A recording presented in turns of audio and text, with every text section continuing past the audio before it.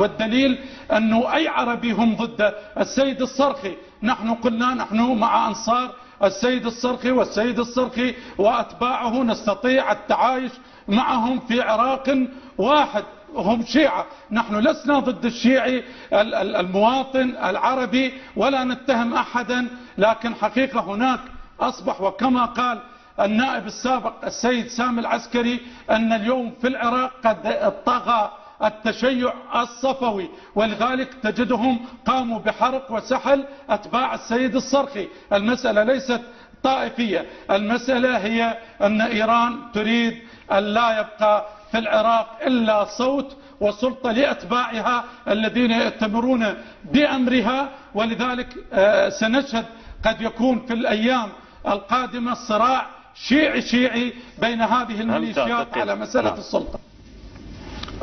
ما موقفكم من الصرخي؟ أنتم شيعة صفويين بحسب التعبير. من يقول شيعة صفوي؟ هو هذا التعبير، ما عدا الصرخي كلكم شيعة صفويين.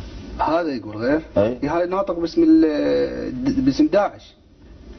طه اللي كان نائب يعرفه. اي بس هسه محتبر نفسه ناطق باسم داعش. زين شنو موقفكم من جماعة الصرخي؟ هم انسحلوا الناس وانكتلوا. احنا اي انسان مظلوم انه ما نقبل انه يعني يمارس عليه اضطهاد واحتقال، واكو قانون واكو دولة واكو اجراءات، لكن من يخالف لازم الدولة تقوم بإجراءات معينة. يعني أنتم فقط فيها تتفقون مع الدولة؟ هسه المالكي ولا إجراء اتفقتوا وياه، بس ويا الصرخي؟ لا هسه احنا ما قلت لك احنا ضدهم، بس إذا تجي تهدد الدولة وتقوم بعمل منافي للأعراف الدينية والعقائدية والحكومة، بالنتيجة أكيد يحاسب ويعاقب.